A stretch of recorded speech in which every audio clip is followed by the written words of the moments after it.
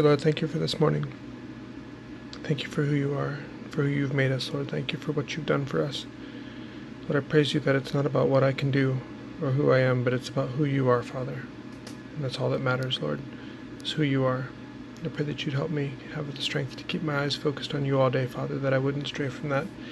That the decisions that I make would be for your glory and for your good and for your kingdom, Lord. I pray that you give me the grace to honor you in that way. Please bless this day, Lord. Let your will be done in it. Father, I accept your will for my life, and I come into agreement with your kingdom and your will for me, Lord. Help me to accept what you have for me. Lord, I know that your will is best, Father, and your will is good. Lord, when I try things on my own, I mess them up, Lord, and I want your plan for my life, your perfect plan. And I accept what that means in all areas, Lord. I give it all to you, Father. Anything that you've been trusting me with here on this earth, Lord, I turn it around and I surrender it all back to you, Father. Use it for your good and your glory. Take it all if you need it.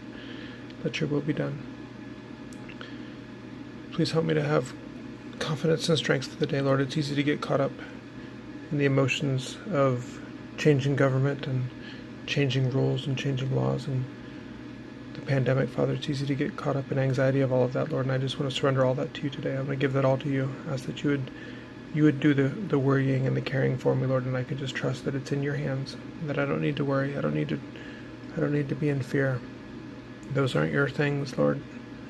You have control over everything, Lord, and what will happen will be your will and your good. And I need to understand that as we move closer to the time of your return, that it will be turbulent, Father. There'll be persecution, and there'll be hard times ahead of us, Lord. And I just pray that you'd see your people through it, Father. You've always done a wonderful job of protecting your people, Lord, in the exodus of Egypt and the time in Babylon, Lord. You've always protected your people. You've always kept your people safe, and you've drawn even closer to them in those times. And I pray that we would use this time, Lord, that you would draw nearer to me, Father, that I would keep my eyes focused on you, and that I could draw nearer to you in these times and look forward to a time with you in your kingdom, Lord. I pray that your will would be done, that you'd protect our family, our nation, Lord, our leaders, our preachers, our doctors, our teachers, Lord, our president.